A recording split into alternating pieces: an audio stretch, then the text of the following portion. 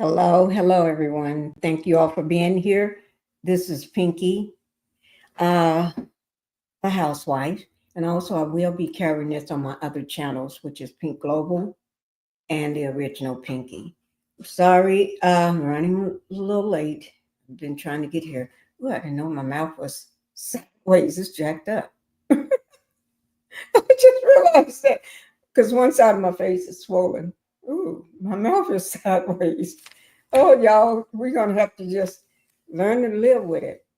Ooh, I didn't realize that shit. I just realized. Oh, my Lord, my face is. Ooh, I didn't know my face was that sideways. Yeah, bad. That's bad. I didn't know that. Hi, Renita. Thank you for being here. Hi, Linda Gamble. Thank you for being here. Hit the like button coming in, guys. I'm just noticing my so if y'all notice that, it's because one side of my face is all swollen and my mouth is all swollen inside. So I can barely talk right. So oh Lord, I didn't know it was that jacked up. But anyway, let's go ahead and get on with the matter at hand. Today is Friday, right? Let me put my lotion on. Y'all know I got to put my lotion on. Okay, see, putting this lotion on there.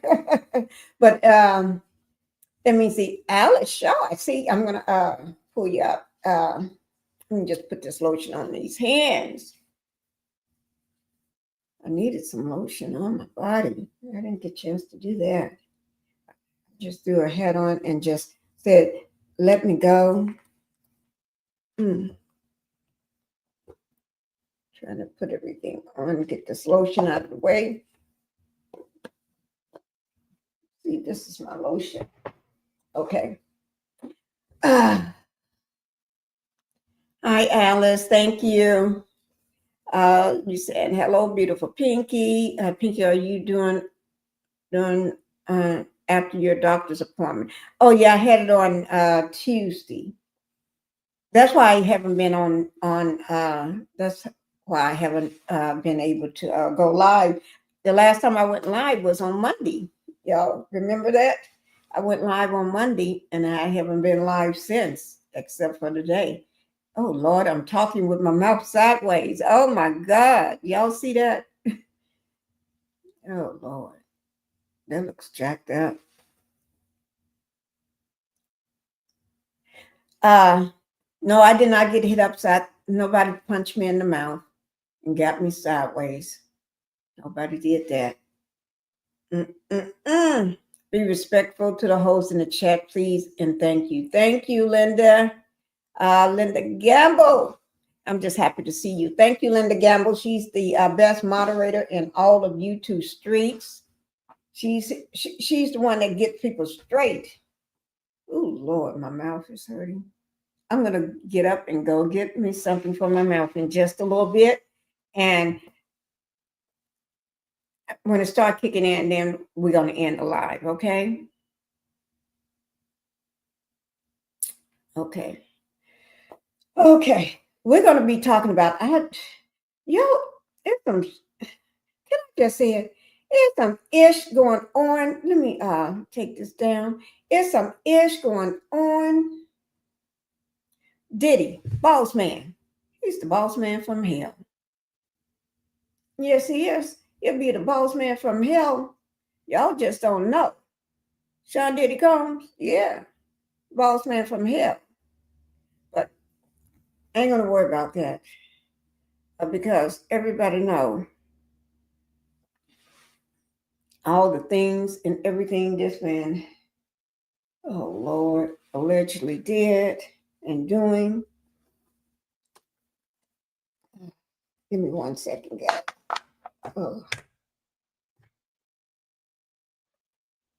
Wait, I have to put my thing up to do drink because I have to drink out the side of my mouth.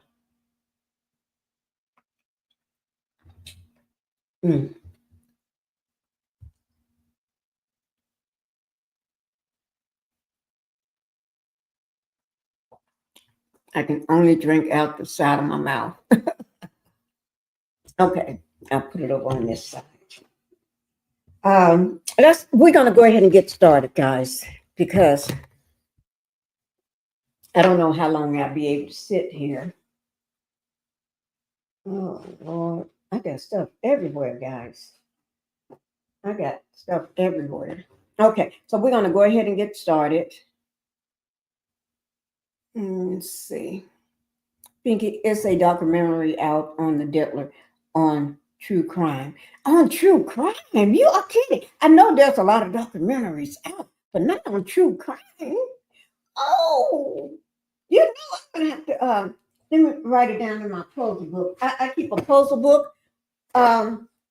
This is my puzzle book I use when I'm not feeling good. I sit when I'm sitting places or just laying down or just sitting somewhere. I'll sit here and do this here stuff. So I'm going to write it here because I will be working on this again today. That's why I got it with me. True crime, the Diddler. Y'all got me saying the Diddler. I'm trying to be good and call the man Diddy, but it's hard. It's hard. Okay. We're going to go ahead and get started, guys. Take a break if you're in pain. Oh, I've been in bed since Tuesday. I have not. I've been in bed when I got back from my appointment. I've been in bed ever since. I've been knocked out, sleep. I've been in bed for so long. I'm tired of being in bed. But I'm going to go back to bed when I get through with this. I'm going to go get back in bed. Okay, I am. Yeah, it's just I'm getting better, I tell you. Oh, okay. Thank you, Alice. That's my Alice there. Okay, let's go ahead and let me let you all see something before we get started on the Diddler. Okay, let me just let you all see something. Let me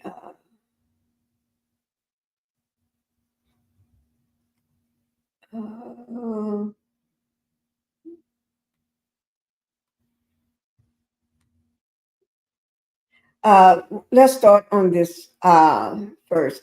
There's something in here. I'm trying to find it. This here. I want y'all to see this before we start on the Diddler, because once we get on the Diddler, we'll be on the Diddler. Okay? So I want you all to see this stuff.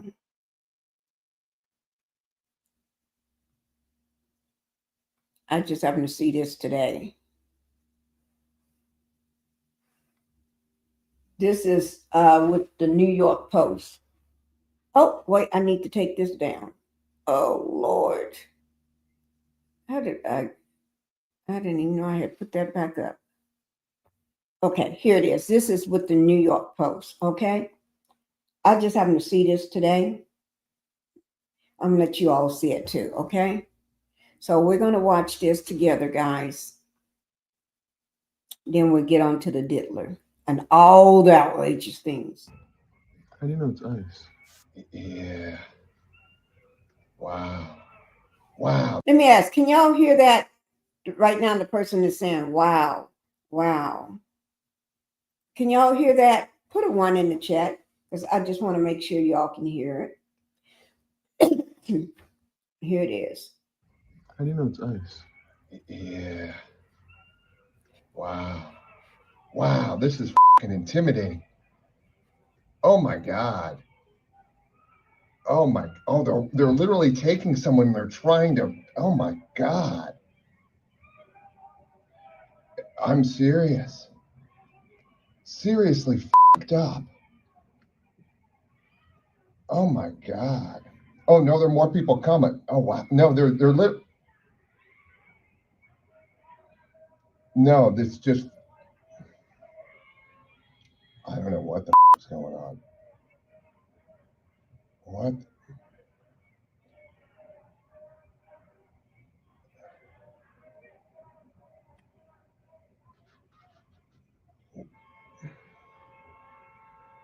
There are people getting in front of the cars. Oh my God, they're running over the people in the cars. I do.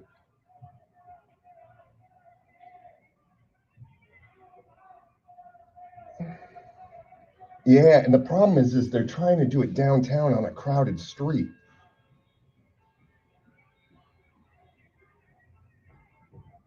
Oh wow. No, someone's going to get hurt. There are at least 20 people in front of the car. Someone's going to get run over. Wow, someone's hanging off the car. Oh my God. Oh God. Holy shit. Oh my God. Holy fucking shit. No, man, this is just, and the cops are there. I think the cops are the ones doing it, aren't they? Oh my God. I'll send it to you. Holy fucking shit. Frightening times, right? What the f have we gotten ourselves into? I don't think anybody voted for people running around with I mean, so this is What's just going on over there? Oh no, it's not going to stop. Oh, it won't stop. How do you know it's ice?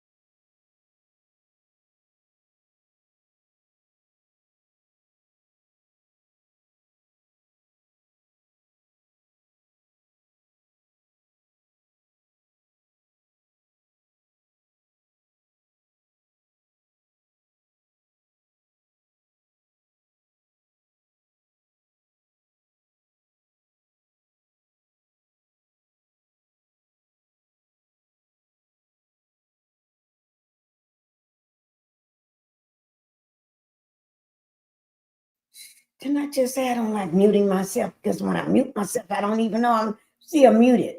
But thank you. Hi, Sharon. Thank you for being here. Thank you for coming in. And thank you for letting me know you can hear it. Hi, Alice. You could hear it too. All right. Thank you, guys. Let's go ahead and get on with this Diddy mess from hell. Okay. I don't know which one I want to talk about first because there's so much shit going on. So much mess going on with Diddy. I don't even know which one to talk about first. Shoot. Y'all got to excuse me. Okay. Oh, Lord, I tell you. Oh, let me go ahead and put this one up. Because you all, let me just say, we got Jim, we got to talk about the Comey, Maurene Comey.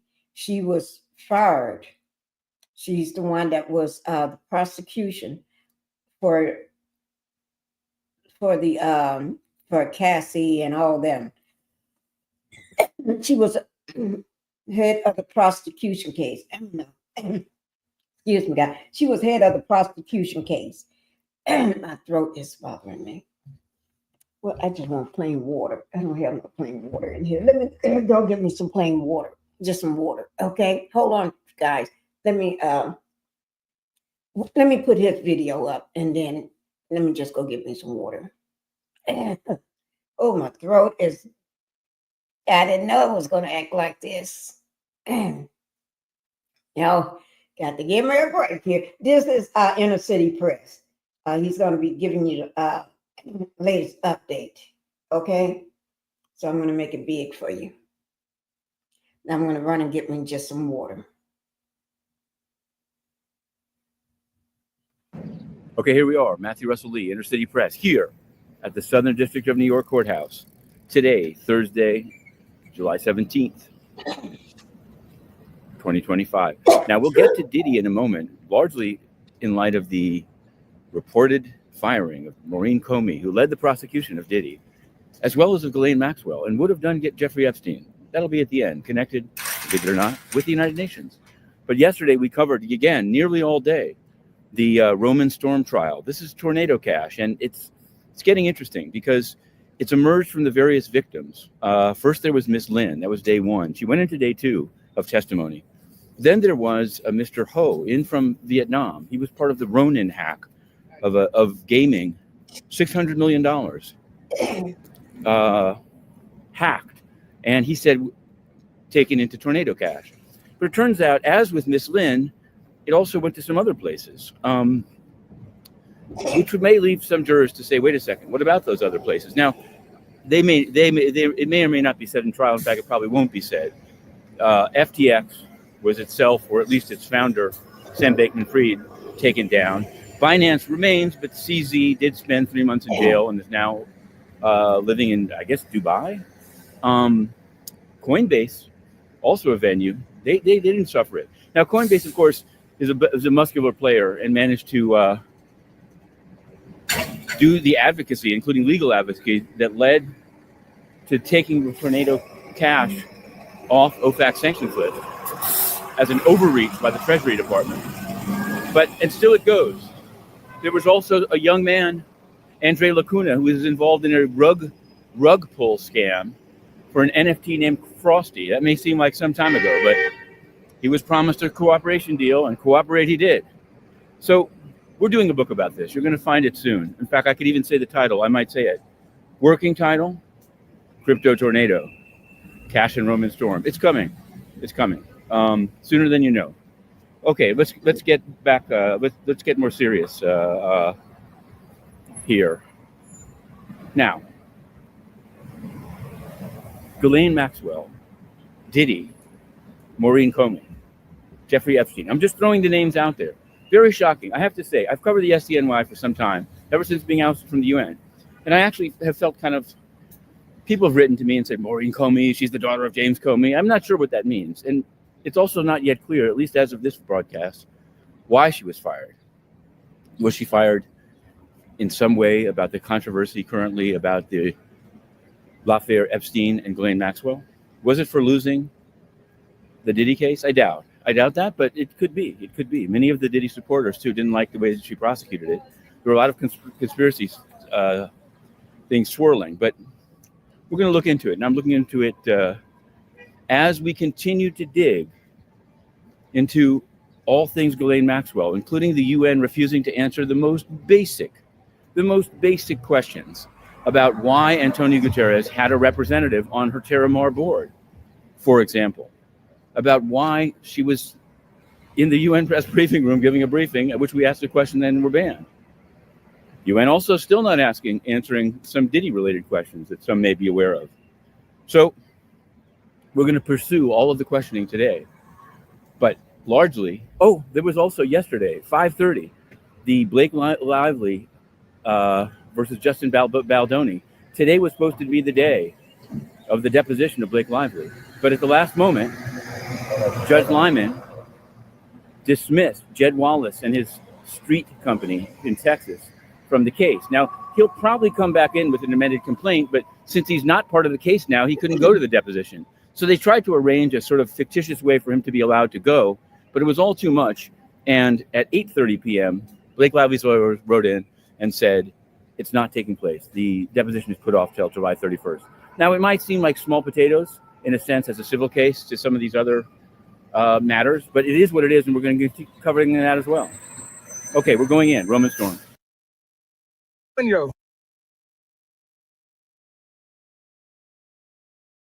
Okay, guys. Welcome my thoughts. Thank you for coming in. And you're the only one I got left of your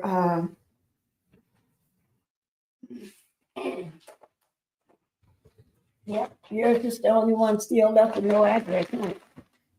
Your fan. Make sure you can see it. Your green fan.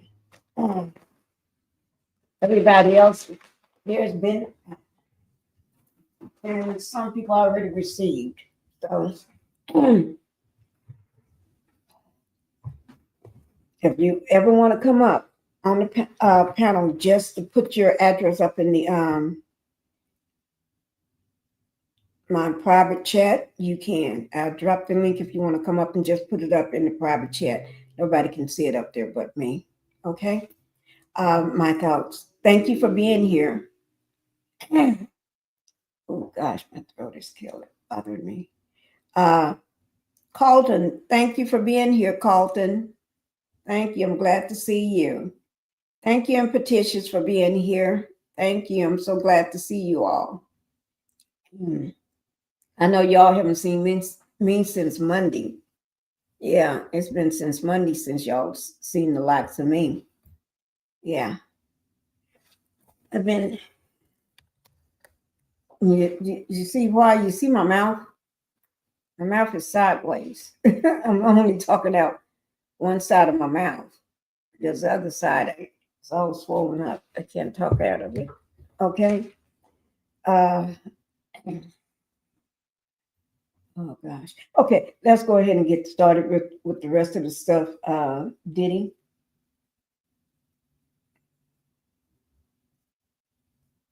Okay.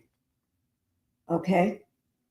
Oh gosh, oh, this is hard. Okay. Let me just say this. This is going to be so shocking. I'm not sure. Let me pull it over here.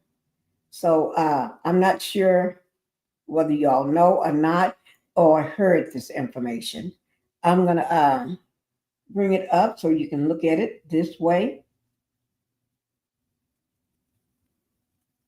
Let me get rid of that.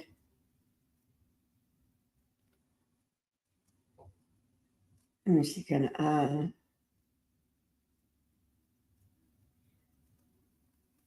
I'm trying to pull it up. Okay, I'll just go with the with what the shade room got. Okay.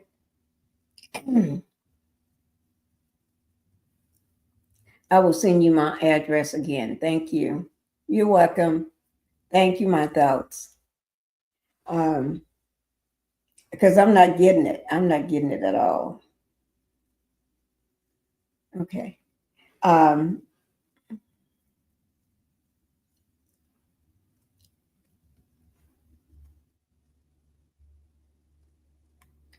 going to show you all this.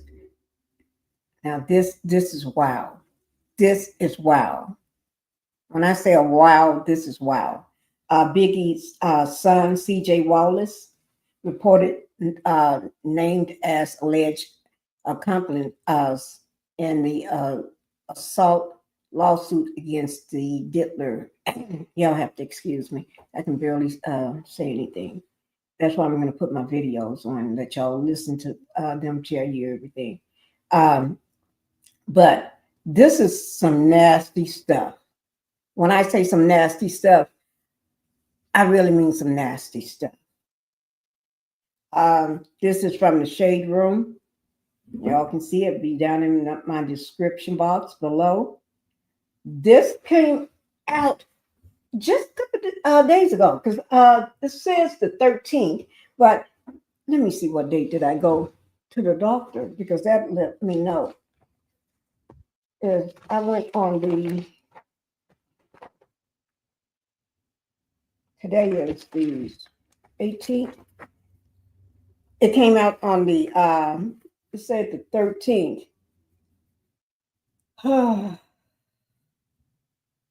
I was at the doctor on the 15th. So, and I did my last live on the 14th. So I couldn't say nothing after my doctor's appointment anyway, because I couldn't even talk. Okay. I think the last person, oh, nothing. Okay, but anyway, this is wild. And you know, this is the Diddler. And this is a handsome young man. You know, that's Faith Evans and B.I.G., Notorious B.I.G. Son. Handsome young man. And I think he does a lot of modeling and everything. he's always fashionable dressed. But anyway, I'm gonna let you all hear what it says, because it says a new lawsuit reportedly. Let me see if any of these got the video where I can just play the video, because that's well, I don't see it.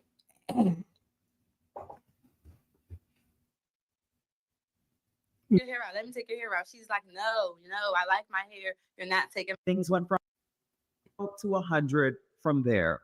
So he sent the screenshot, and I'm like, If getting your money. Oh no, I don't want to see that. Okay, guys, let's just go ahead and go with it this way, okay? It says a new lawsuit reportedly filed earlier this month claims the Diddler threatened Notorious B.I.G. Purportedly through a Notorious B.I.G. shirt covered in, y'all know that stuff that what do you call the waterfall stuff out of his hot dog. Y'all understand what I'm saying when I say the waterfall stuff out of his hot dog? Yeah. The shirt was covered in his waterfall shirt. I mean, the shirt was covered in his waterfall stuff out of the hot dog.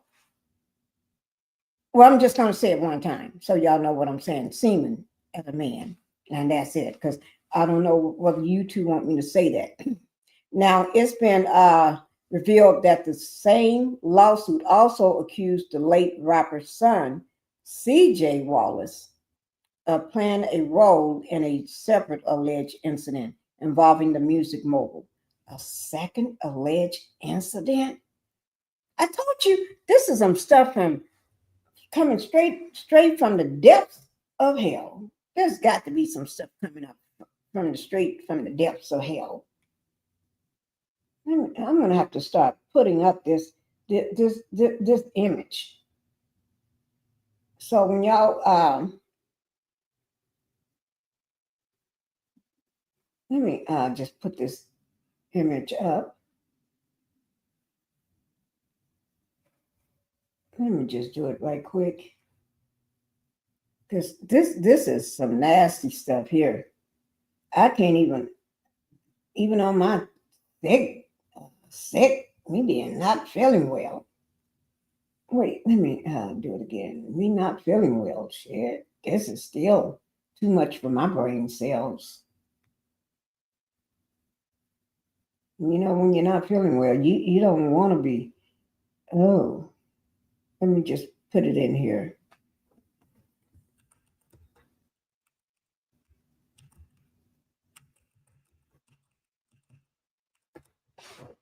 Okay. Y'all give me a second. I'm going to try to pull it up now. So when I talk about it, y'all, I got to pull up the depths of hell right quick. The depths of hell.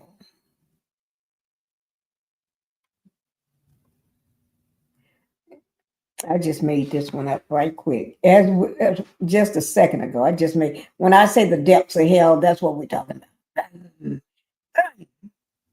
Liquid red fire. Okay? So when y'all see that, that means I'm talking about the depths of hell. The ish from hell. Okay? So when y'all see that, that's what I'm talking about right there. Okay? I just made that one up. Okay. But anyway. Okay, say Wallace played a role in a separate alleged incident involving the music mogul. Here's what the alleged victim is accusing him of. Ooh, Lord, you know I want to know. Ooh, Lord. Diddy's lawyer, I'm going to skip that. Details of the alleged incident. SA lawsuit against Diddy and CJ Wallace. So they actually got CJ in the lawsuit. Oh my God. That child, that's, his father died at a young age, 24 years old. His father wasn't but 24 years old when he got unalived. That is so sad. back in 1997. And now you're going to involve his son in some mess, just like he did his own son. Oh, my Lord. Okay, I'm not going to worry about it. The plaintiff, identified as John Doe, claims in an incident that occurred in 2020 at a Revolt TV location. The media company formerly associated with Sean Diddy Combs. According to the complaint obtained by TMZ, Doe was alleged lured to the site by a group of men. A group of men? That's when you know something is wrong. When you're taken somewhere by a group of men. That's just too much for your brain cells. A group of men. That's just too much. I'm trying to figure out where I left off at. I'm going to have to start leaving my little pink marker where I leave off.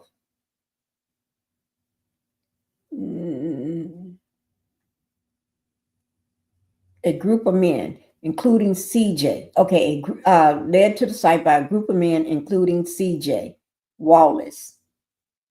Combs, they went in Combs' vehicle. Doe said he thought he was attending a business opportunity. What business opportunity? I don't know, business opportunity. He was reportedly ambushed and led to a room where Combs was waiting. Oh my God. Oh Lord. The lawsuit further states that the Doe head was held by others while Diddy attempted to reportedly force. Oh Lord.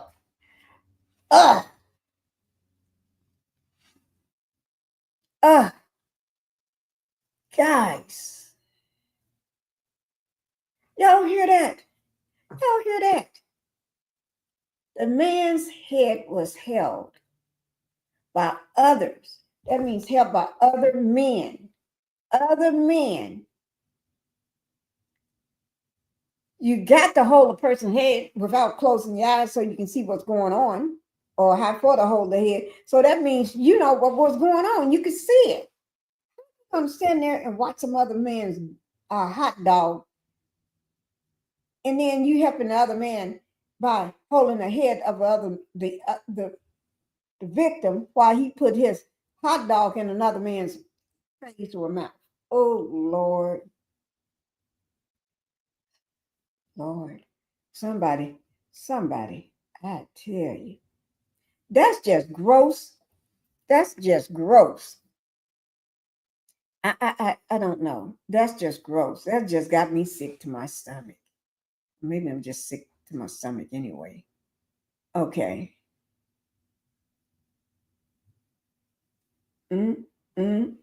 So the lawsuit stated that Doe's head was held by others while the diddler attempted to reportedly force or XEX on him.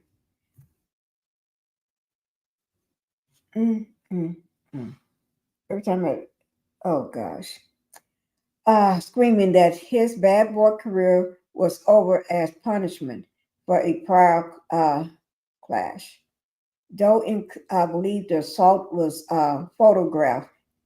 Oh my God. Oh Lord. Photographed as humiliation evidence and said he was later driven home by CJ Wallace and then Willie Mack and others while still rearing from the trauma. So they're going to drive him home. Drive him home after all that. I'd be too afraid to be in the car with him. They may take me somewhere. Oh, Lord. Ooh. Oh, Lord. I swear that got me sick to my stomach. I need to go get something with some salt.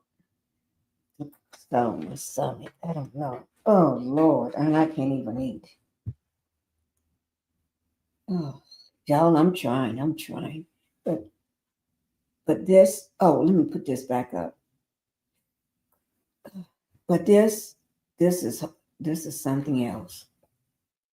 Hmm.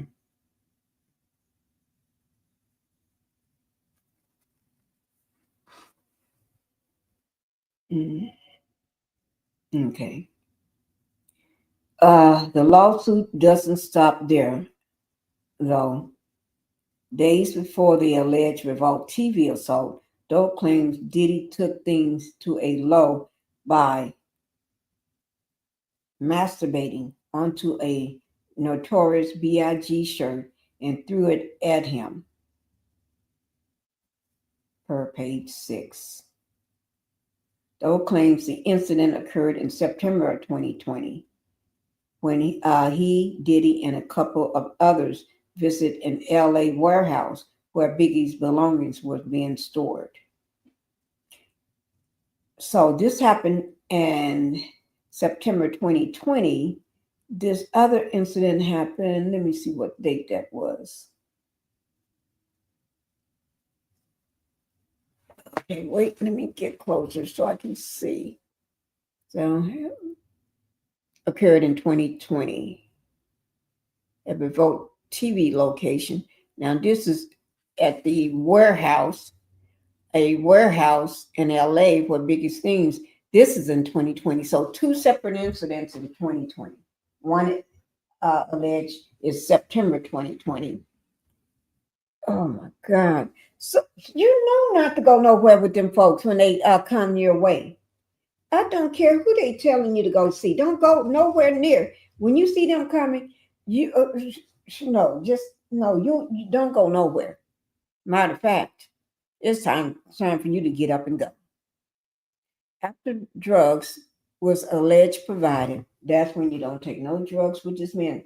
You don't take no drugs with this man.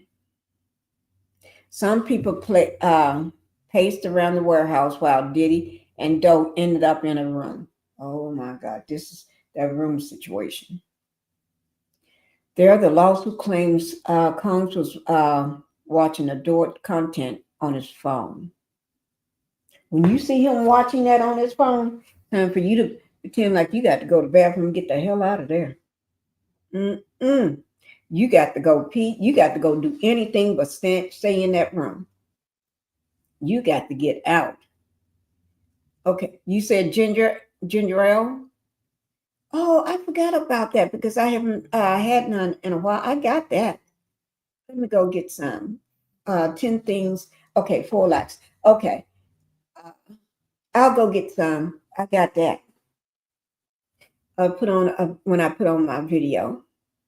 Oh Lord. Okay, that happened back then. This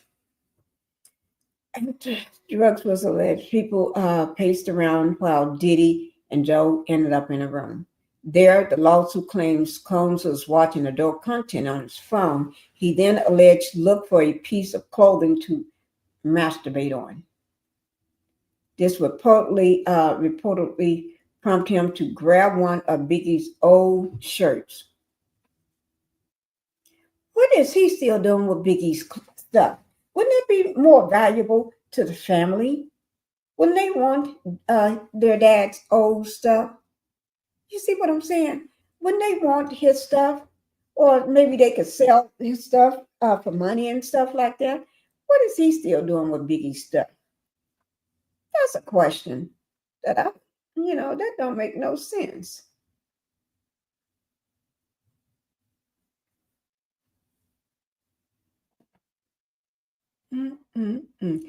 After reportedly ejaculating, the diddler alleged threw the shirt on Doe's lap. Laughing and proceeding to say, "Rest in peace, Biggie." Woo! Time to put up that photo again. Time to put it back up. Oh Lord, there we go.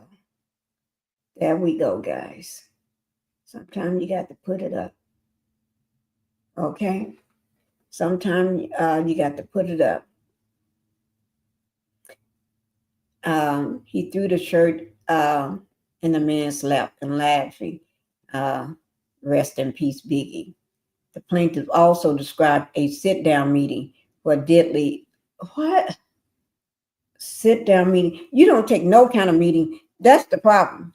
Y'all are, some people are, I'm not calling nobody desperate, but some people are throw their life away just to be in the industry. You don't have to let people do something to you 2 and 3 and 4 and 5 and 10 times and 20 times. One time is enough. Even an attempt to do one time would be enough for me. Because I'm not going to put myself in a situation where I got to be controlled by a narcissist.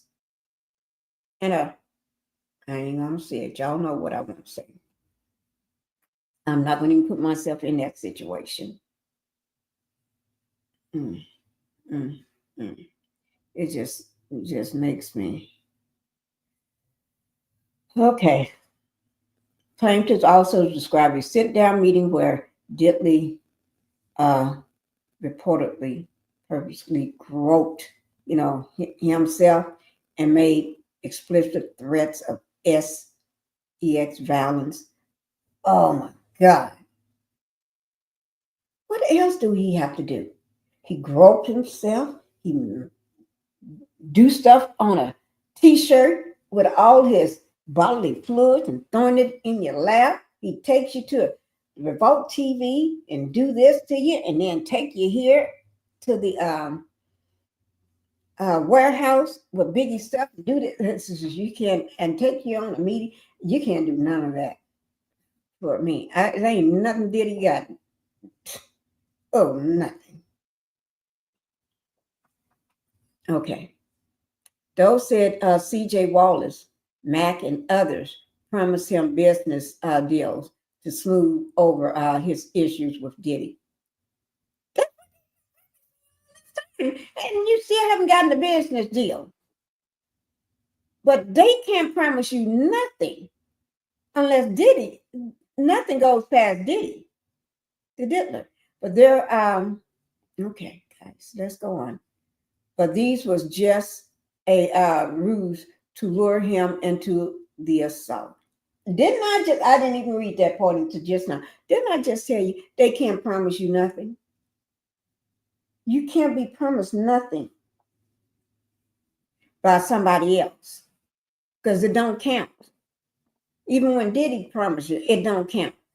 Doe is seeking damages from Wallace and all defendants. He claims the ordeal left him emotionally scarred and betrayed by those he trusted. You know what? I think, you know how you think you know who somebody is? I think I know who that person is. I think I know.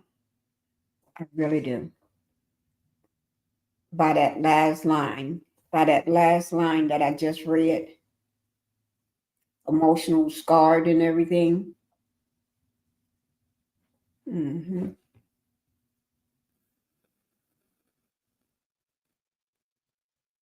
Yeah. I think I know who that is.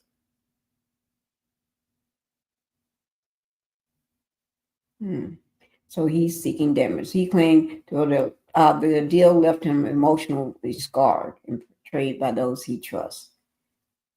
I heard those words somewhere by somebody. I think I know it is.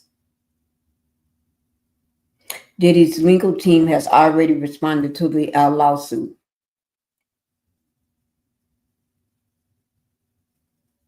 Don't forget, Combs' trial is October the 3rd at 10 a.m. Coming up soon, while he still sits in jail, guys. Combs' recent legal win and upcoming sentencing. I just said that, October the 3rd. Okay. And new lawsuits arrived after Diddy almost 2 months long RICO and sex trafficking trial came to an end. A federal case wrapped. Okay, I ain't got to worry about all that. Okay. Guys, this is a mess. This is a mess. This is a mess here. When I say this is a mess, I'm telling you, take it from me. It's a mess. Okay? So, let me just do one thing, guys.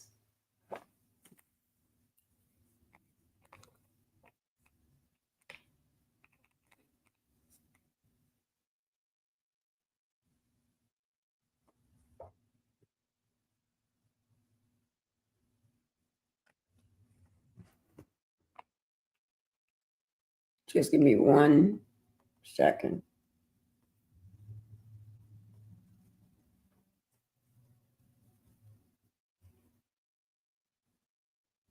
Okay. Hoo. I just need to keep a track of this here. And I'm just going to put it back here so I can keep track of it. So that information, guys, will be down in my description box below my video. All right. And let me just go on with, now I'm going to pull up on the stuff that I've been wanting to go over with y'all.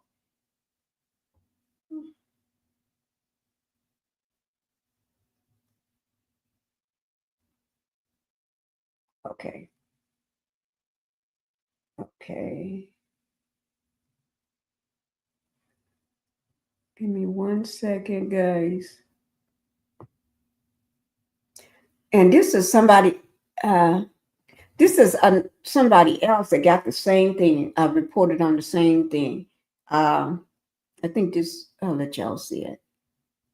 So I guess everybody was reporting on it right there. Y'all see it right there? I'm not gonna, he got it on him. He got his stuff on me. And this is TMZ. Y'all see that? I ain't going back over this.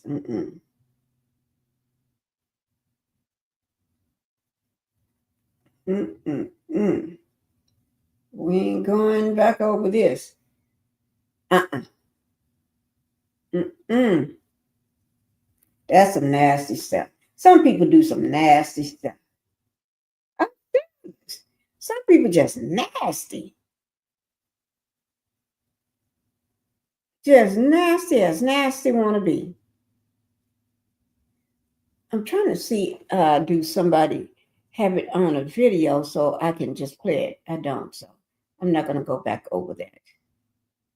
And y'all know B.I.G., I put out a lot of good music. Okay? I mean, a lot of good music. And I'll let y'all look at some of this. No.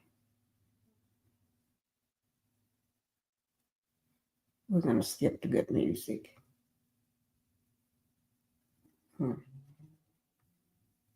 Okay.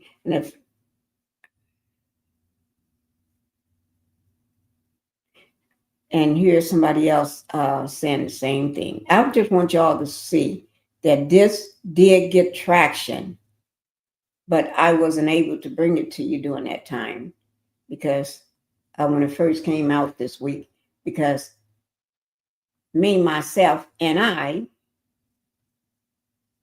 was recuperating. So here it is, right here. Y'all see it. Biggie's son accused of facilitating Diddy Force OS, according to the lawsuit. And this is TMZ got it playing it. And I'm not going to play it because I don't want them. Diddy, he seems like everybody is getting corrupt. He's corrupting everybody.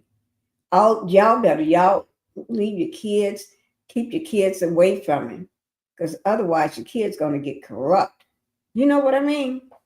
they end up doing things that they wouldn't even think of doing. Now, also, I want to talk about Maurene Comey too. Let me go ahead and bring this video up. I'm trying to do as much as to save my throat from hurting. Okay. This also will be down in my description box below my video, guys. This is what Face the Nation. DOJ fires Maurene Comey, federal prosecution in the Epstein.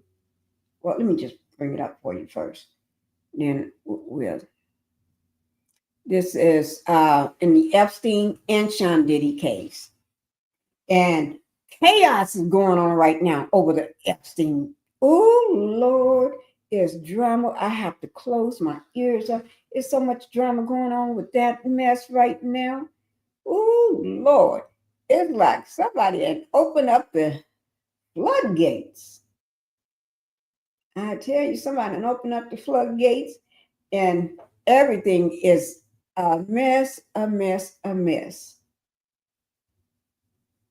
Before I do that one again, I found the video on this one here. Let me just drop this one down for 1 second. I just found, because got to remember, I just found the video. Okay, here it is right here.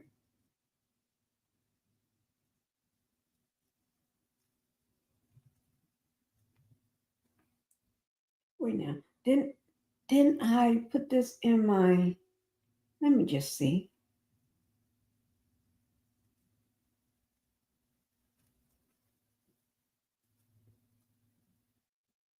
Oh, here it is.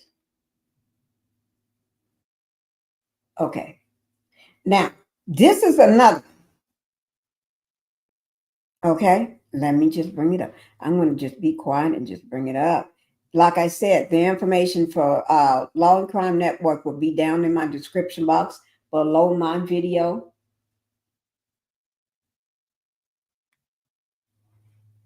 This is some stuff. Now, he got Biggie's son into some mess.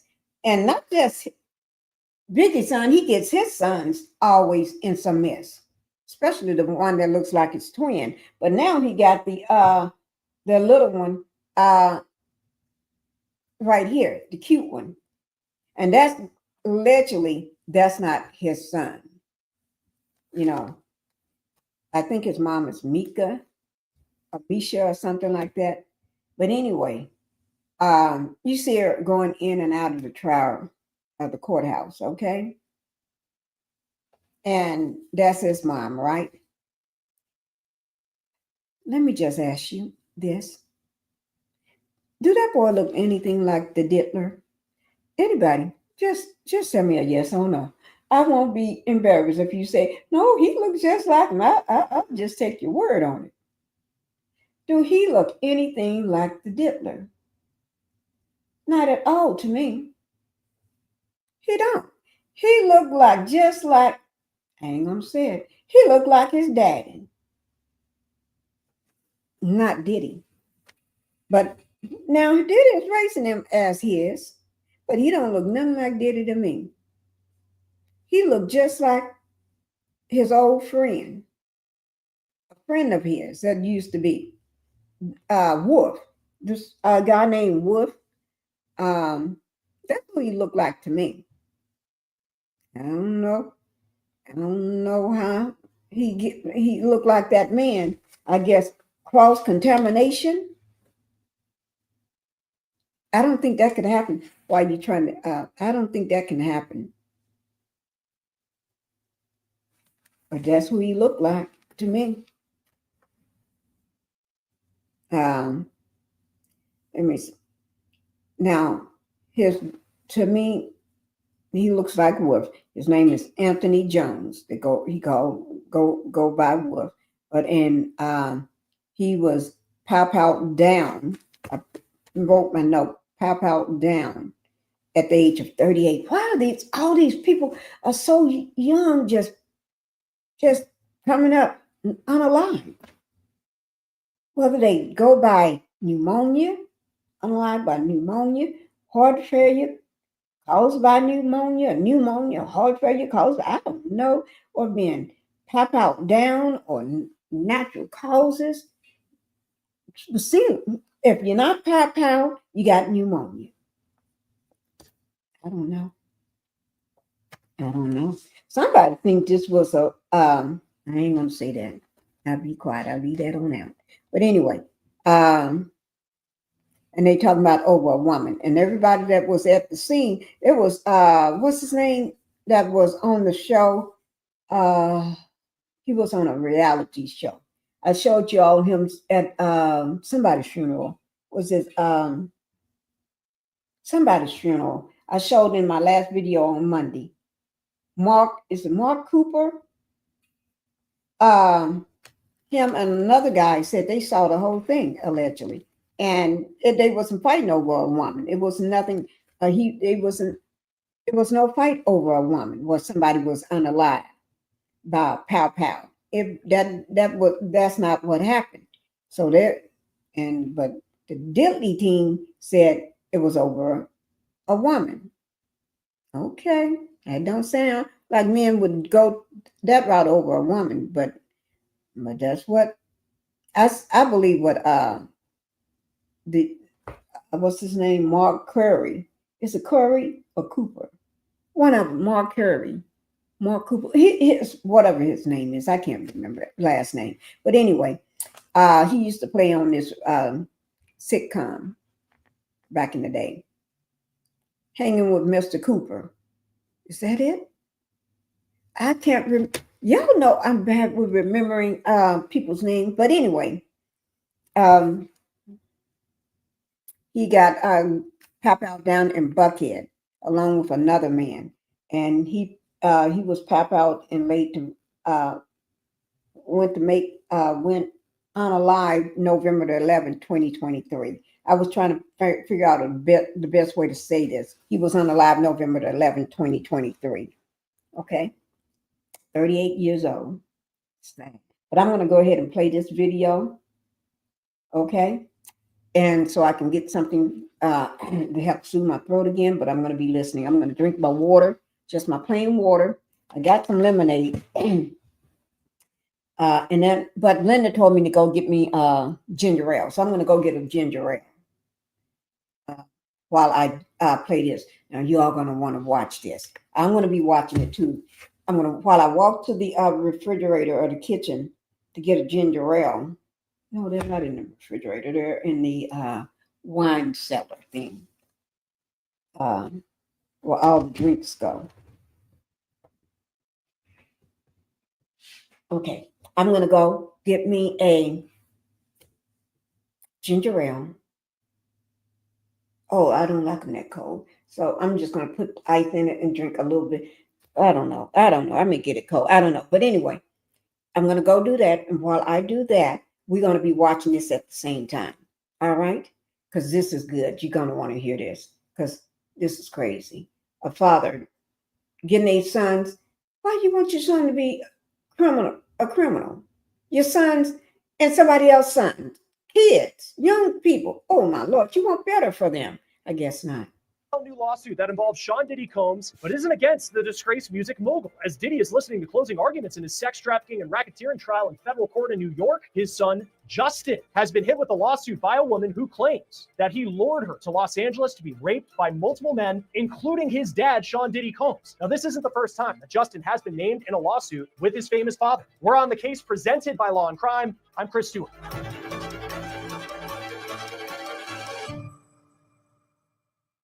How about the timing of this new lawsuit involving the son of Sean Diddy Combs? It was just in the hours after the government on Thursday finished their closing arguments in the case against the disgraced music mogul that we learned about this new lawsuit against Sean Combs' son, Justin.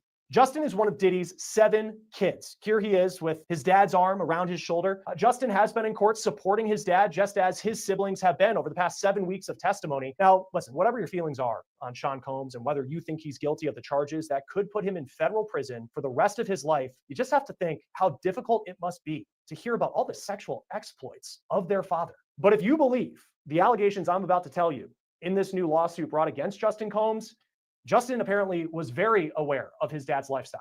The new lawsuit that just dropped was filed by a woman from Louisiana who says in 2017, Justin Combs coaxed her to come to LA because she says that Diddy's son promised her a job in the entertainment industry. She claims the two had met on Snapchat, and Justin allegedly asked for explicit pictures, and she sent them. The woman, who's not named in this suit, says when she got to LA, she was raped by several men, including a certain music mogul now at the center of this high-profile, historic trial in federal court in Lower Manhattan. Yes, Sean Diddy Combs. The alleged victim claims that Justin invited her out west for a weekend to talk about her career. But when she got there, she says she was kept in a house in Beverly Hills. And according to the lawsuit, things seemed fine at first. But when she allegedly asked Justin Combs if they were going to leave the house, he said no. She claims that Justin Combs offered her alcohol, pills, and weed, and she thinks that the weed was laced. Now, you can see in those allegations some of the comparisons in this lawsuit to the so-called freak-offs that we have been hearing about for weeks at the center of the Sean Diddy Combs sex trafficking and racketeering trial. The woman says after she took the drugs, 3 men entered the house and all of them were wearing masks. Now, it's unclear what kind of masks the men were wearing, but when I read that part, I thought about the testimony of Sheree Hayes in the Sean Diddy Combs trial, the escort known as the Punisher. He testified that during a freak-off, Sean Combs allegedly wore a face covering that he likened to a Muslim hijab. In the lawsuit against Justin Combs, the alleged victim says that she knew that one of the men was Diddy just because of his mannerisms, but how about this? She also knew it was Diddy because she says that Justin, as his dad entered the home to allegedly rape a woman that he brought to LA, called Diddy, quote,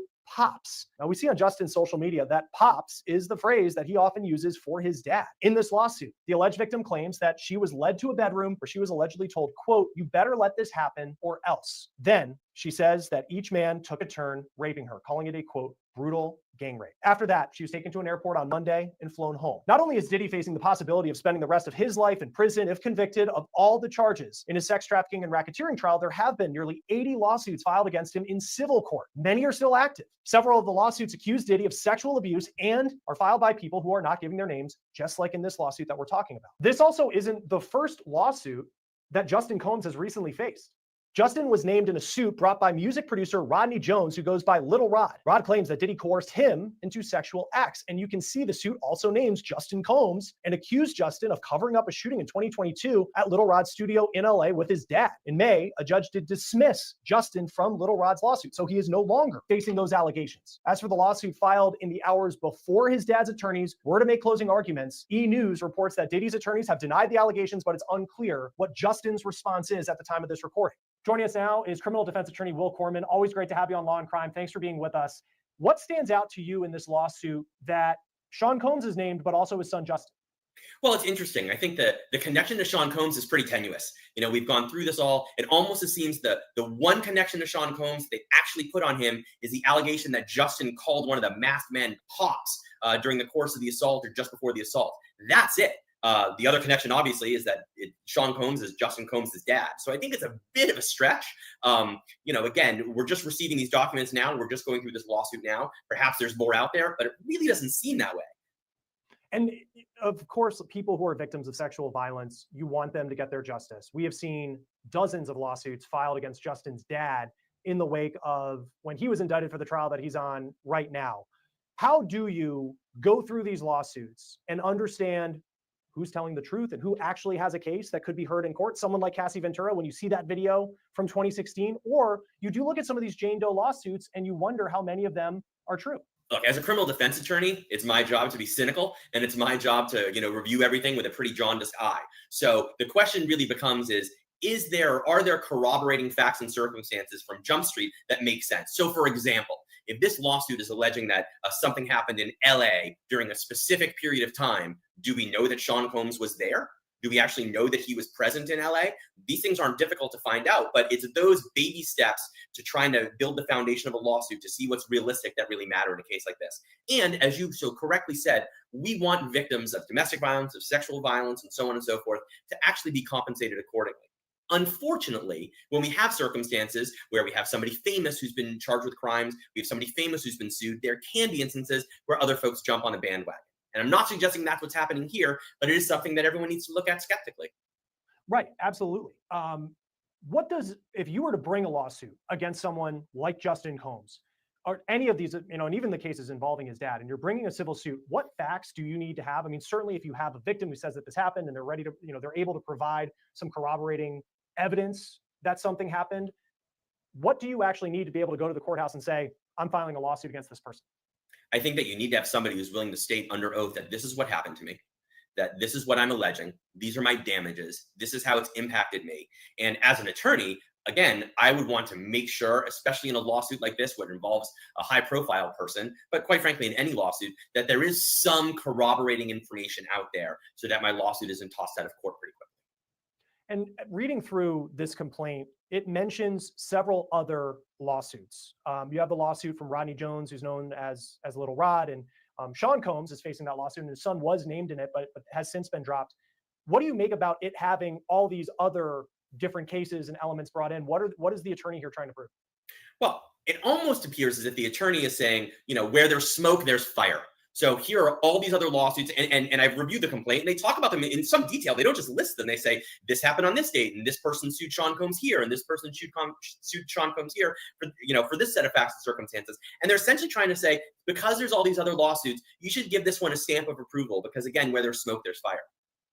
Tony Busby, his law firm is bringing this. He has been in the civil world a very, very prominent name. For those who don't know him, and you work in criminal defense, what do you know about Tony Busby? Knowing that it's his law firm bringing this, what does that tell you? I don't think that the Busby law firm is taking these allegations lightly. I believe they have the resources to do their own investigations prior to actually filing these suits. So this isn't some, sole practitioner who's trying to jump on the cottage industry that's been created around suing Sean Combs. I think that they have the ability to investigate this. They have the ability to decide whether or not they want to take on these cases. And I think that does lend some credibility, albeit, not a ton, but I think it does lend some credibility to the facts and circumstances surrounding it. In other words, this alleged victim didn't just walk in off the street to some random law firm who then is saying, oh, we now have the ability to sue Sean Combs. This is someone who's been down this well-trod path before and probably knows exactly what the pitfalls are in suing somebody as prominent as Sean Combs. This lawsuit came down at the time we're recording this, came down last night. So that was a couple hours after the government finished their closing arguments against Sean Combs. And as we're recording this right now, Sean Combs, his defense team is giving his closing argument. What do you make about the timing of this? It's against Justin Combs and Sean Combs' name, but it's happening right in the middle of maybe the most pivotal part of this entire trial. I don't exactly know what to make of the timing of it. I think it's interesting. I think that I'm a little surprised that it's come out so late, but sometimes, we don't know what led the alleged victim in this lawsuit to break their silence and to file this lawsuit. Perhaps they were watching the testimony or reviewing the testimony in the criminal case and said, oh my gosh, that's exactly what happened to me. Perhaps they said, they listened to the testimony and they said, there are so many victims here. I believe that I am one too. We don't know what prompted it. I think the timing is interesting, but I don't know that I can make anything of it as we sit here right now.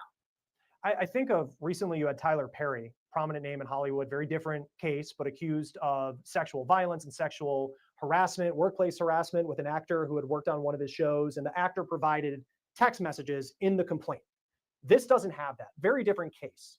But the fact that there's not that visual evidence that we can look at, and I don't know what type of visual evidence would exist in a case like this, but the fact that we don't particularly have those, does that take away from the weight of what this lawsuit may actually be in the end when it comes to the truth?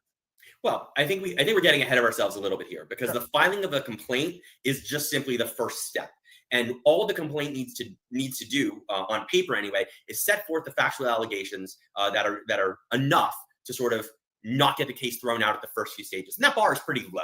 So there may be tons of evidence surrounding these allegations that aren't in the lawsuit. They don't need to be in the lawsuit. Again, there needs to be just enough to get us through those first few steps. Excuse me. As Sean Combs, we're waiting, once the jury gets the case next week, and then we'll see what the verdict is. But guilty or not guilty, he's going to be dealing with a lot of civil cases that are still pending. What does the timeline look like for Sean Combs? Let's just say he's found not guilty of everything. What does the legal timeline look for him? How long could he be dealing with the issues related to all these civil suits? That's a great question. First of all, I don't think he's going to be found not guilty of everything. So that's a separate issue entirely. Yeah. Having said that, again, different jurisdictions have different statutes of limitations for sex assault victims to bring lawsuits within which, or timelines within which they can bring the lawsuits. And so again, depending on where allegations come from, those statutes of limitations can be very long. It also matters on how old the alleged victim was at the time that the incident took place. For example, there have been a number of states which have extended statutes of limitations for minors who were sexually assaulted. those statutes of limitations are much longer than for adults who've been sexually assaulted. So it really does depend. And I know that's not quite answering the question, but I suppose the easiest answer is it could go on for quite some time. And you look at this complaint, the complaint is for sexual assault and battery, gender violence, negligent supervision. I think a lot of people would look at this and they'd certainly, if all of this is true, what a horrific experience that this victim went through. Why is this not a criminal case? That's a great question. And I suppose that this victim could have brought this to the county attorney's office or whatever local prosecutorial body there are. We don't know the answer to that. Perhaps well, quite frankly, we simply don't know the answer to that. But it's also important to remember this, that Sean Combs is named in this lawsuit. I have reviewed this lawsuit. The connection to Sean Combs is pretty thin from a legal standpoint. It just is. So we don't know why this wasn't brought forth criminally. Perhaps the person decided they would rather seek their own form of justice from a civil standpoint. Sean Combs has a lot going on criminally right now, and perhaps it wouldn't even be prosecuted. Again, if he's found guilty of all these offenses in federal court in New York, Sean Combs is going to prison for decades. He's 55 years old, not that old, but he's still going to prison for a very long time. So I don't know that the LA District Attorney's Office or whatever prosecutorial body is out there would bother pursuing criminal charges if Sean Combs at age 55 just gets a 30-year sentence federal. And for Justin Combs, and I assume he'll have, he has, I don't know if he has a trust or an inheritance or how he financially makes a living. Certainly it's part of being in the circle of Sean Combs. How does he pay for an attorney? Is that have to come from it? Because I think if Sean Combs is found guilty and all this money, and he's got a lot, but maybe we don't know how much money Sean Combs has, frankly, but we know that it's going to a lot of these cases. How does Justin Combs defend himself? Does this get wrapped into, if his dad's going to have to defend against this, is it a 2-for-1 when it comes from the defense side? It could be. We certainly don't know what the corporate structure is of Bad Boy Records and all the other entities that are named as defendants in this lawsuit. I have a feeling that Justin Combs will get counsel. I have a feeling that Justin Combs will get excellent counsel. How it gets paid for is probably something we'll never know, but it's not as if he's going to be flipping through Google looking for a lawyer to represent him on this. And even if a lawsuit has no merit to it whatsoever, and this is more just a hypothetical question, because I think some people do look at some of the Tony Busby lawsuits, and there's an idea of like all of these are just a money grab. And we'll see. To your point, a very prominent name who is representing alleged victims to Sean Combs. But if someone were to file a lawsuit that's fruitless, you still, as the person who is being accused in that lawsuit, would have to pay for an attorney, have to show up in court and kind of play along. Is that like you have to play along with the lawsuit until it's dismissed? Sure. You can't read a lawsuit and say, this is garbage, crumple it up and throw it away and then ignore it. It doesn't work like that. You would have to get a lawyer who is able to get in front of a judge and explain to the court why this lawsuit is frivolous and should get cut off at the soonest possible opportunity. And as I said, there's now a whole cottage industry surrounding these Sean Combs lawsuits. There just is. So no one can afford to simply ignore this lawsuit and pretend it didn't happen. It needs to be addressed, frivolous or not. Again, I certainly don't know if it is frivolous, but regardless, everybody who's named as a defendant here does need to take it seriously.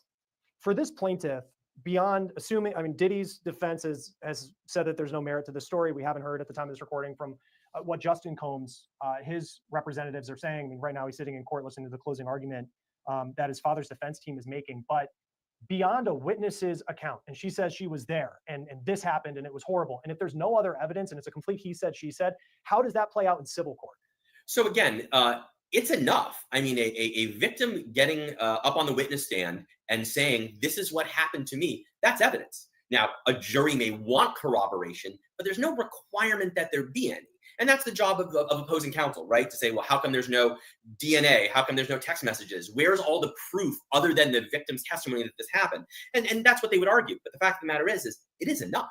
There's no requirement that there be something else out there, some smoking gun, literal or figurative, to show that this actually happened. If this witness is able to get up on the witness stand, go through direct examination, go through cross-examination, if the jury finds that that person is credible, that's enough. And lastly, for you, kind of an on-the-spot question. If you had to guess how much Sean Combs' legal fees are for fighting back on these civil cases, ballpark, what would you think?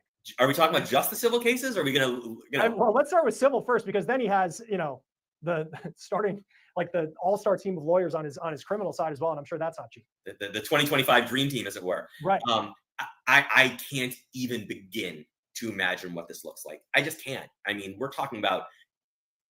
Okay, guys. That's enough on the on that information. the main thing I wanted you all to hear is the fact that the Diddler got his son, well, what he calls his son, involved in a case as well as BIG, BIG case got his son involved, CJ involved in a case. You see, it doesn't work out. Let me just show y'all. I got my ginger ale. See? Ginger ale. And I'm drinking it right now.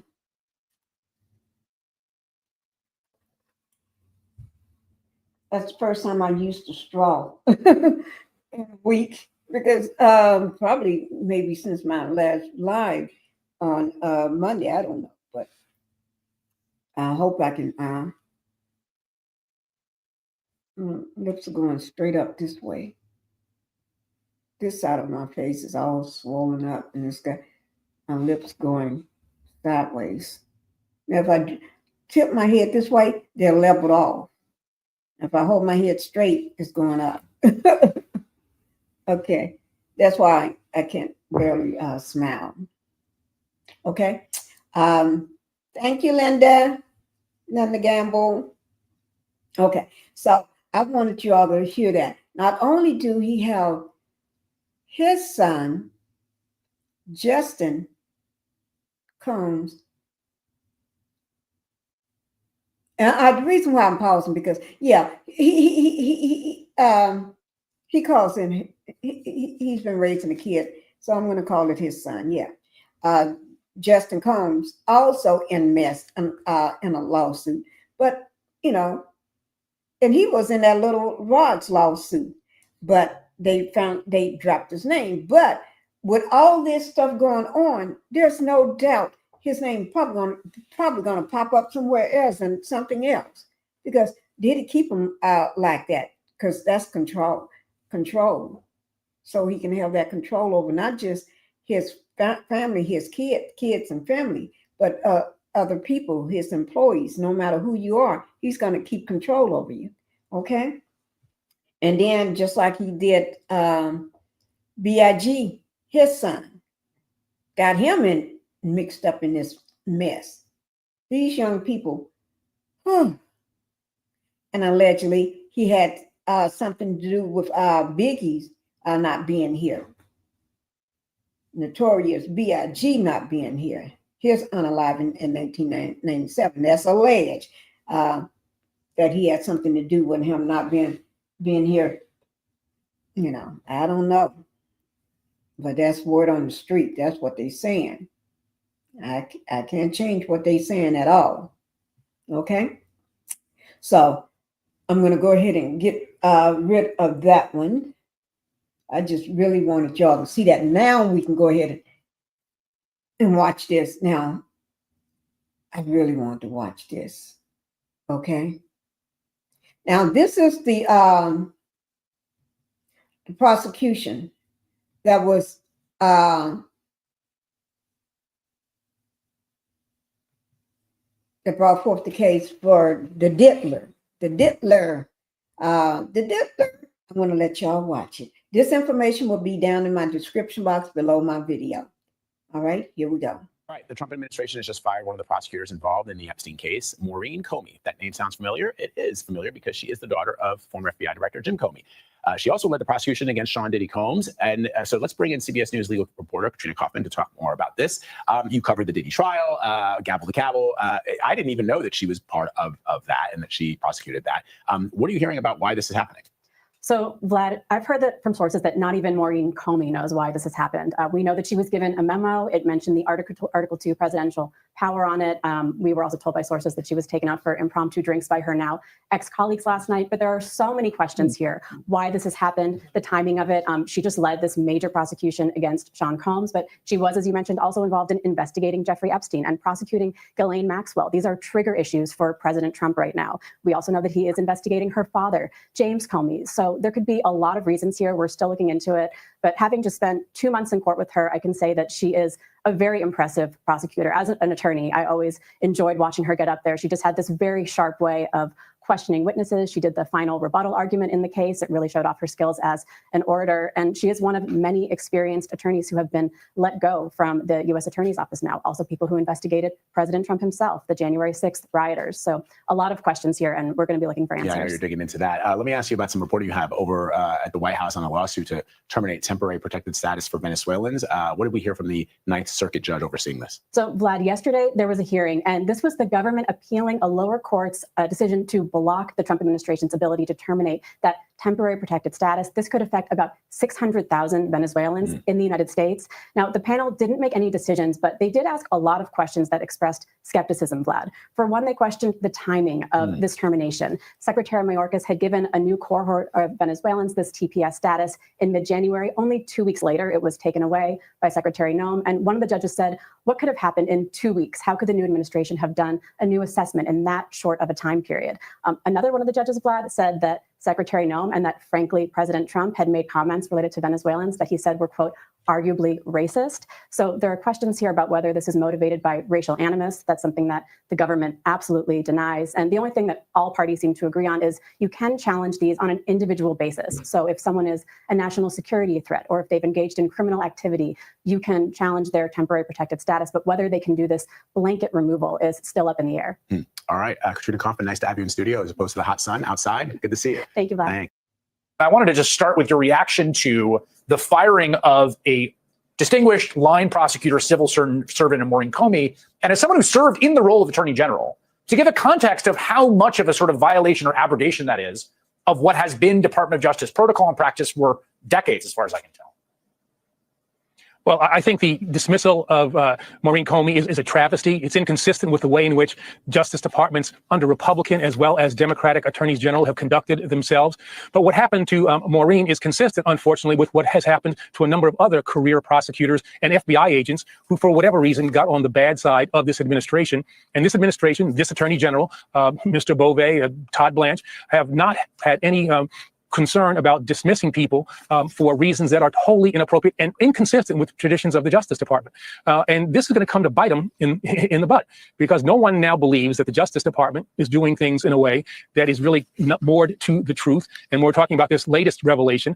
I think people need to ask themselves, in terms of the release of materials, do you really think that Pam Bondi and the Justice Department are making the determination as to what gets released? Or because she is the lawyer for Donald Trump as opposed to the American people, or is her client, Donald Trump, and the people in the White House, making the ultimate decision? And I think that it is clearly the White House that's making the determination about the release of these materials. Okay. Guys. She was the lead attorney for the Sean Diddy Combs case. Also, she's the one that prosecuted Ghislaine Maxwell and Jeffrey Epstein. So what gives? Guys, I swear, this man is, I don't know. I ain't gonna say it. But let me just say, y'all remember that live I did where I showed the juror that came out right after the Diddy trial was over, after the verdict, right? He was remember I showed that live. I showed it on my live. And let me just pull it up, because the reason why I'm saying that, everybody's been all over this man. Everybody. Remember, I kept saying that for some reason, this stuff don't sound right. I kept saying that something ain't right about the way he keeps saying we. And I said he would never answer a direct question. Every time somebody asks him a direct question, he never answers a direct question. Okay, let me just do something.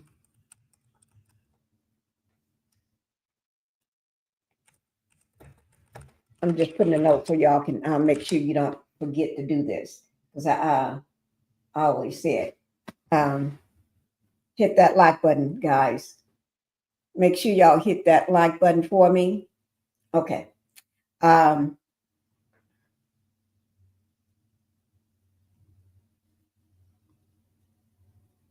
Okay. Now, remember I said there was something about the way he keeps saying we. we. It was always we this and we that. When she asked him a direct question, he never answered a direct question. It's always involving the word we. And if he starts saying, well, then he'll switch right up we. And we thought this, and we did this, and we felt this way, and we felt, but you all didn't supposed to deliberate until the judge tell you. The judge always mentioned, normally during a trial, do not talk with each other, do not listen to this, and don't do that. Don't talk to anybody about the case or whatever they normally tell you. Basically, they're telling you, leave this alone. Don't talk about this outside of what's outside the courtroom, but don't talk inside the courtroom. Just be quiet. You just listen. You don't talk to nobody about what you heard. Okay? And don't be Googling nothing, right? And they mean with each other too. And he just let the rats tail out. He's been talking about it with everybody. And not just, and then he kept contradicting himself. You didn't gain no new information. He just trying to, and I think he's going to write a book, in my opinion, but he got what, 300 or 350 pages of notes. He wants to sell those notes. That's what, allegedly, that's what he's trying to do, sell those notes. This man is, I knew something was up with him. And then his job, remember he said he had this job. I told you all he had two jobs, right? Something high level. I can't remember the name, what it was, but it was a high level position that he don't supposed to be in that courthouse anyway. And then he's a realtor, right?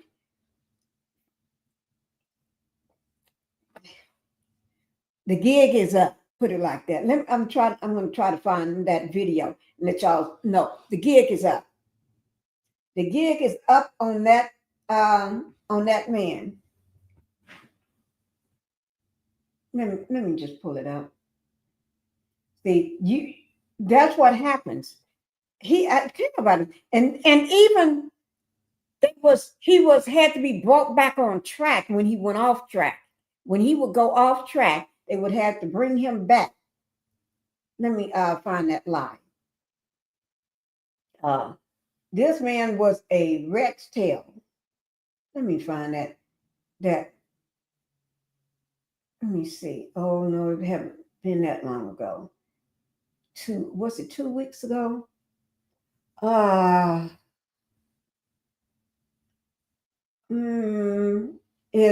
His court thing was on, let me see.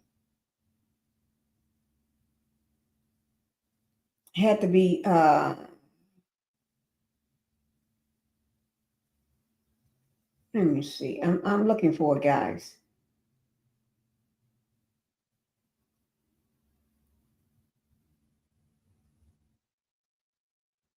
This is jury deliberation verdict. I'm trying to find it for y'all.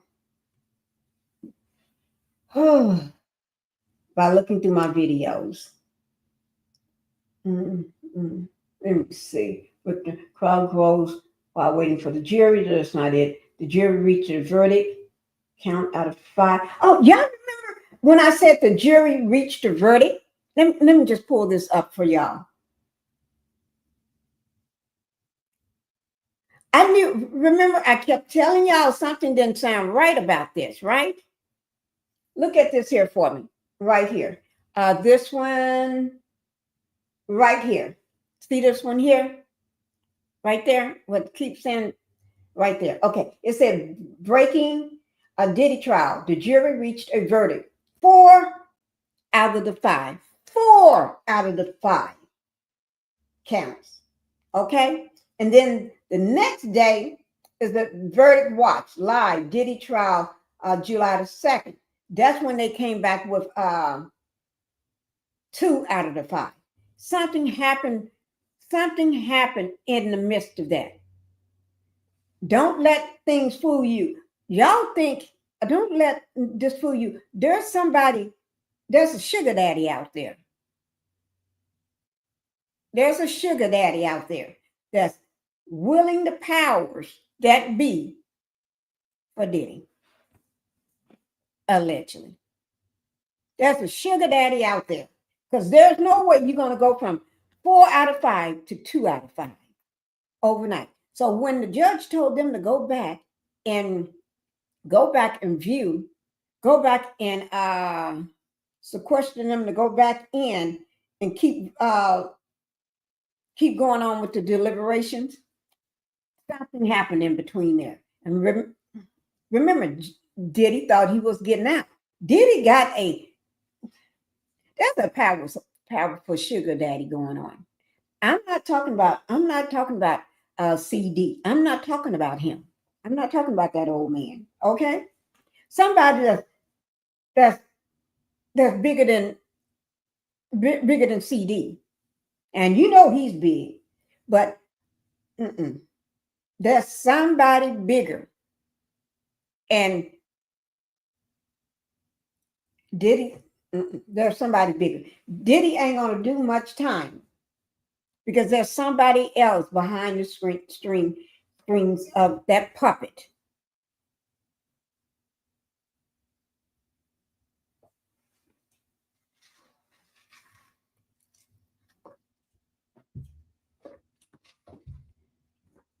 And then again, I'm drinking my ginger ale. I'm drinking my ginger ale, Linda. Ginger ale is all I can do right now. Please hit the like button, including those in the bushes. Please, in the bushes, come on out and hit that like button because we got about 30 minutes left. But I think it was bigger problems now for Diddy. I think it was here. I think it was in this video. This October. Okay, I think this is it. Let me see. You know, just like he put, it's safety in numbers. No. I think it's here. Now, let me, y'all already see this, right? This is what I was talking about, border going across. Okay. Something happened when they went back there. I'm trying to bring this up, guys. See, can I bring that up? We even talked. Let me ask y'all a question. What happened to her? I guess he said, I get it now. I should have sit myself down. What happened to the little girl? See this? This crazy. Well, I don't know what happened to her. And it also affects like. I don't know what happened to her. I don't know. I don't know what happened to her. Oh, I swear I don't know. Ooh. Linda, I do feel better. I am feeling a little better since I drank my ginger ale. So I'm drinking the ginger ale. I do feel a whole lot better. One more thing I want to show you all before we leave. It was something else I had up here for you all. Let me see, can I find it? I want to bring it up. Here it is right here. I want to bring it up. Yes, I do. Because I'm just petty like that. Sometimes you have to be petty. Yeah, this is with CNN, okay? Sometimes people have to be petty. And I'm sorry if sometimes I'm going to be petty sometime. Okay? Let me just, y'all hit that like button so I can take it down. Okay? But I'm gonna just be petty for a little while. Petty. Okay. But anyway, everybody been noticing, and that the man that think he's strong, the strong man. Hi, Terry. Thank you for coming in. Thank you, Terry. The strong man. Terry, let me know when you get your package, okay? When you get your package, let me know, okay? The strong man. I can do anything, man. I don't need no help. Yes, you do. Yes, you do, because you don't know what you're doing. But anyway, his ankles began to swell up. His ankles. Okay, thank you. His ankles will begin to swell up. Guys, them ankles. Y'all want his ankles. These things right here. Well, I don't have no fat ankles. I don't even have no fat legs. But somebody look like they got a brace on their leg. That's what we reported last time. A brace you can tell from the back. I ain't talking about nobody, guys. I'm just telling you what I heard. And then them ankles, when he be sitting down, those ankles be that fat. Like, yeah. I ain't talking about nobody. I ain't talking about no. Y'all know I wouldn't do that. But and then on the back of the hand, somebody putting some makeup. What do you call that stuff? Some flesh color makeup, right? Right. You know why? Somebody got something going on back on the back of their hand, and they said from shaking. Let me tell y'all something. When you shake hands, you don't cover up that and shake hands like that. No, you shake hands. Shit. Well, y'all know what I mean. And do not cover up the back of your hand. That's why. And I'm shaking hands too much. That is a lie. If y'all believe that crap bull, don't y'all believe that? Y'all better trust me on this.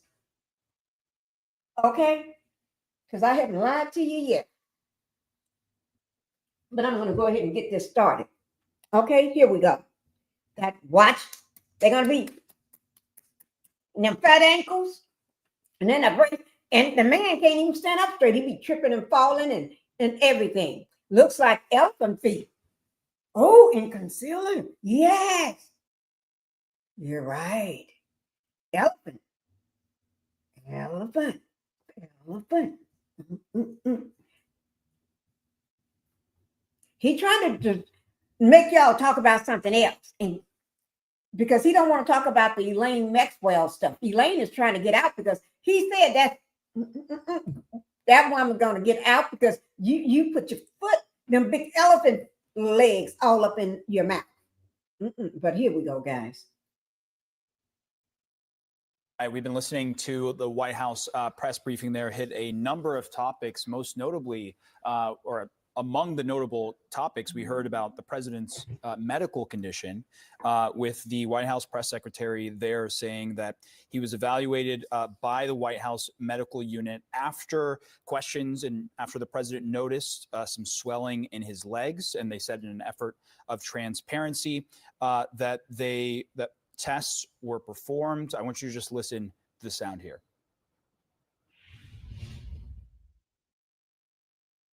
Speculating about Bruce.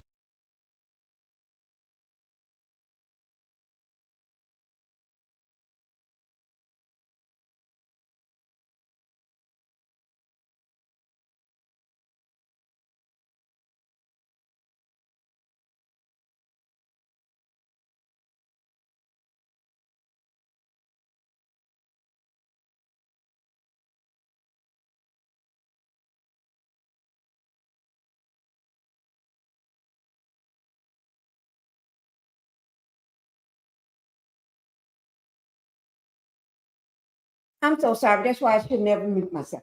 I said, this is the most lioness heifer I ever seen in my life. She lies about everything. She must be drinking she ain't drinking just his Kool-Aid. She is drinking the bodily fluids from him. because I've never seen a woman lie that much for a man. Girl, you making yourself look crazy. And then you're going to get fired anyway soon. Ooh, my Lord, I've never seen nobody lie like this. Just looking at this woman makes me sick to my stomach. Bruising on the president's hand and also swelling in the president's legs. So in the effort of transparency, the president wanted me to share a note from his physician with all of you today. In recent weeks, President Trump noted mild swelling in his lower legs. In keeping with routine medical care and out of an abundance of caution, this concern was thoroughly evaluated by the White House medical unit. The president underwent a comprehensive examination, including diagnostic vascular studies. Bilateral lower extremity venous Doppler ultrasounds were performed and revealed chronic venous insufficiency, a benign and common condition, particularly in individuals over the age of 70. Importantly, there was no evidence of deep vein thrombosis or arterial disease. Laboratory testing included a complete blood count, comprehensive metabolic panel, coagulation profile, D-dimer, B-type natriuretic peptide, and cardiac biomarkers. All results were within normal limits. An echocardiogram was also performed and confirmed normal cardiac structure and function. No signs of heart failure, renal impairment, or systemic illness were identified. Additionally, recent photos of the president have shown minor bruising on the back of his hand. This is consistent with minor soft tissue irritation from frequent handshaking and the use of aspirin, which is taken as part of a standard cardiovascular prevention regimen. This is a well-known and benign side effect of aspirin therapy. And the president remains in excellent health, which I think all of you witness on a daily basis here. All right, let's bring in emergency physician, Dr. Jeremy. We know she just lied. And everybody gonna look that stuff up. And I already listened to one of the top people that looked it up. He got a serious condition. That's a serious condition. He ain't in no excellent health. If he was, he wouldn't be tripping and falling and stuff. And looking, he's getting hunched over more by the day. He ain't walking up straight no more. Did nobody ever notice he's hunched over like this now? He's walking like this here. He's walking like that. Yeah, he's hunched over. Give me a break. I've never seen nobody lie. He's lying more than the people that go get the baby oil for the dippers. She makes me want to throw up. Oh my God, me too. I get sick just listening to her. Ooh, I've never seen. She act like she act. Oh Lord, I don't even want to see it. That's why I got my ginger ale. Then they told me to go get some ginger ale because I told her I had my stomach. I feel sick to my stomach when I was reading the stuff on the Diddler in the beginning of the video. On the beginning of my life, I had to go get something to settle my stomach. I just feel so sick. Okay, I can't go past 2 hours. Okay, so we're going to finish up this. Fouls to talk a little bit about what we are hearing there. Doctor, take us through this because it's really two things that we're hearing. Chronic venous insufficiency, AB9, I think I heard her say when it came to the swollen ankles that have been observed. And then also she's saying bruising on the back of the hand due to aspirin regimen combined with a lot of handshaking. Take us through this. Thanks. Yeah, thanks for having me. First thing, I think that we're just hearing a lot of medical jargon such that even you're just mentioning AB9. I think you're hearing her just saying a benign condition. A benign condition is what is a benign and is common saying, condition. which is great, right? But it's always good to unpack all these terms. So what happened here was good medical care so far, and it's basically not alarming information, and it's not surprising. The president is an older man. I believe he just turned 79 years old. He has had risk factors for this condition that they're talking about, which is called chronic venous insufficiency. And what that really means is that the blood that goes out of the heart has to return to the heart through the veins. And as we age, some of that blood flow back to the heart, that's called venous return, just slows down in some patients more than others. And that can lead to things like swelling. That can look like things that many people would be familiar with, like varicose veins. So this is a pretty normal part of aging. And especially for someone in the overweight to obese category, which is where the president has always been. And but the bigger concern, which was addressed in that information that we just heard about, is that symptoms like this do need to be evaluated for more serious conditions, and that is what happened. And I want to bring in cardiologist Dr. Bernard Ashby as well to this conversation, because to Dr. Faust's point, as the White House press secretary laid out, there was no evidence of deep vein thrombosis or arterial disease in what they laid out, even with this diagnosis of chronic venous insufficiency. Can you just break down what the concern may have been or would have been if there was deep vein thrombosis, and why the need to make that distinction was necessary?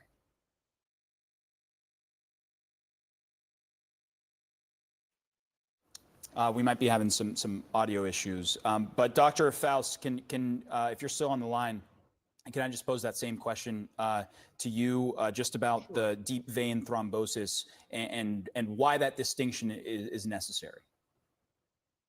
Yeah, this is the important thing. When people have symptoms, they want to get looked at to find out if there's a danger, or whether it's a relatively less dangerous, benign condition that's just causing some discomfort. And as stated, a deep vein thrombosis is what the concern would be. That is an abnormal blood clot. Our blood is always on this balance between how thick and thin it should be, and we have amazing bodies that keep our blood in a really narrow range of how thin or thick it should be for our own safety. Too thin, you bleed too much. Too thick, you make clots, which blocks off blood supply to vital organs. And so when you have, if your blood is a little too thick or a little too slow, in terms of getting back to the heart, which is this condition that the president does have, these blood clots can start to accumulate in places where they're not supposed to, or get too large to be safe. And the concern there would be, when that blood clot occurs, that it can actually then break off of the vessel where it's forming, usually in the legs, and travel up back to the heart. And then when it gets pumped back out, it can cut off blood supply chiefly to the lungs, but it can also go other places depending on individuals' anatomy and abnormalities. But these dangerous blood clots, they can be very dangerous. Some people can get these conditions diagnosed. They're called pulmonary embolisms in the lungs, blood clots of the lungs, and they can be benign and they can be treated. But some of them can be life-threatening. So it's an amazing spectrum of illness that we diagnose in ERs, where people have these blood clots, and the treatment can really vary from blood thinners by mouth or IV. But in serious life-threatening cases, some of these blood clots need to be removed actually in medical procedures, or we need to give medications that break those clots apart. So it's a spectrum of disease that can go from mild to life-threatening, and that is why the president was evaluated, to see if he had that condition of a blood clot, and fortunately he did not. Yeah, really good context there. And Dr. Ashby, as you're listening to what we're hearing from the White House here, they're describing this as benign, right? As something that isn't harmful to the president at this point in time. But let's take a look at his lifestyle, because he obviously has a very demanding travel schedule at times. We know that can certainly cause risk factors to circulation. There is his age. There is his history of, certainly he does play quite a lot of golf, but he doesn't have a history of really intensive cardiovascular activity. How do all of these things work together, and what kind of treatment or management might a doctor be looking at over time for someone of this age who is traveling a lot and sitting a lot? Yeah, so it appears that the White House physicians were also concerned about more than meets the eye, meaning that they did a number of tests that I overheard you say, or the edit say earlier.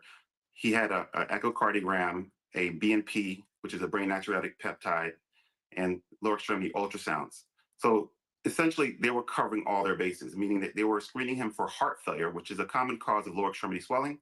In addition to that, they were concerned with increased pressure in his heart. So they did an echocardiogram and a BMP. And if those were abnormal, then you would be concerned with heart failure. So looking at the president's lower extremities or his legs, he had bilateral swelling. So it's less likely that's related to a clot in the vein and more likely related to things like heart failure, kidney failure, which are things that they alluded to and said that that was not the case. Now taking a step back, looking at the entire case, the president is obese. He is older, and I don't know if he has hypertension, but that's very likely or very common in his age group, particularly with his body habitus. So when you do have a condition like lower extremity swelling, bilateral, and a diagnosis of venous insufficiency, the question is it intrinsic to the veins? Meaning does the venous insufficiency that he has, is it related to bad valves, or is it related to increased pressure coming from the heart? And those can be related to things like weight, also things like sleep apnea, which he fits the kind of the prerequisite for, meaning that he's a big guy, he's obese, and more likely to have sleep apnea, which is a condition where you stop breathing at night. And that can also increase the pressure in the lungs, which can then cause a backflow to the body, and it can be seen as lower extremity swelling, or what you saw in the picture. So again, even though he's diagnosed with a benign condition, venous insufficiency by itself doesn't necessarily mean it's benign. The question is what's causing the venous insufficiency. And so I would want to know whether or not he has any evidence of, again, increased pressures in the heart or increased pressures in the lungs, which can be contributing to that. And if so, what is the primary cause of that? Is it sleep apnea? Is it heart failure? But again, this is all speculation. But I wouldn't take the benign diagnosis on his face. I would want to work him up a little bit more to figure out exactly why he has venous insufficiency. And the White House said they would send through some more detail. That's the White House. No, well, she be lying. And you know they be lying too. They trying to make it sound good. So I don't believe nothing. I believe what the doctor just said. The one that just got through talking, yeah, I believe what he said.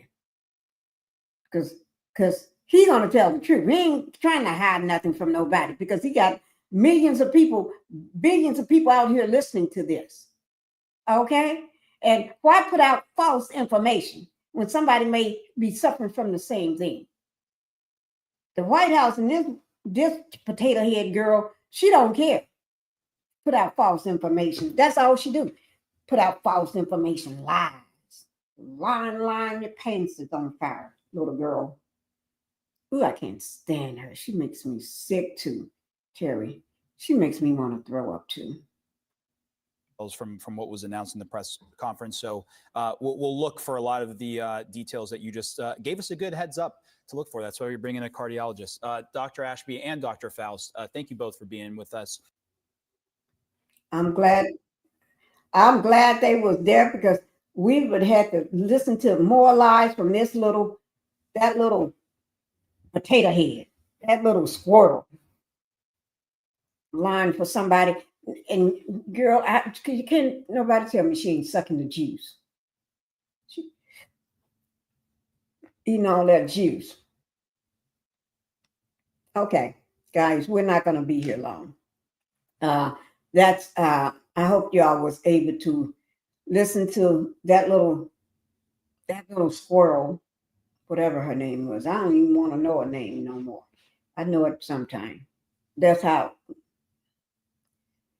She is trying to keep her job. She didn't have to keep it. Only thing she have to do is just keep drinking the Kool-Aid and drinking all that body fluids and stuff. She'll keep her job. Yeah, but you still got to lie and make him feel good too. Yeah, you're right. You still got to lie. Because he want to make sure that you still like him. If you don't like him, you say, I don't like you today. Oh, you fired. Oh, I didn't like you before. Oh, you fired. You got to make sure everybody likes his thing. But okay. But anyway, guys, that's it. Because I got to see this mouth going sideways. See my mouth going sideways. And this side of my jaw is swollen up. I got to take this and be quiet. Because this is the most I talked since Tuesday.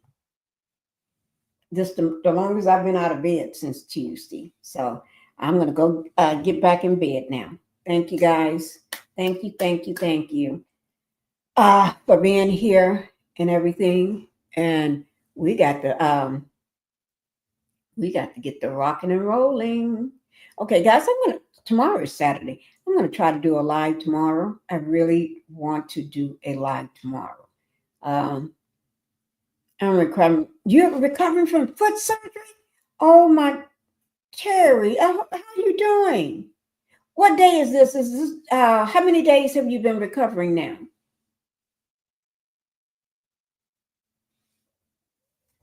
If my face stay like this, I don't know what to do if my smile don't change. My smile got to go back up like this here. I'm going to hold this side of my face up like this. 3 days. Okay. You get you some rest and you stay in bed. I'm going to get back in bed too, but you stay in bed too. Okay. And let me know when you get your thing, your package. All right. You should be getting it soon. And then there's something let me just see. Did I put something in there? Well, give me 1 second, Terry.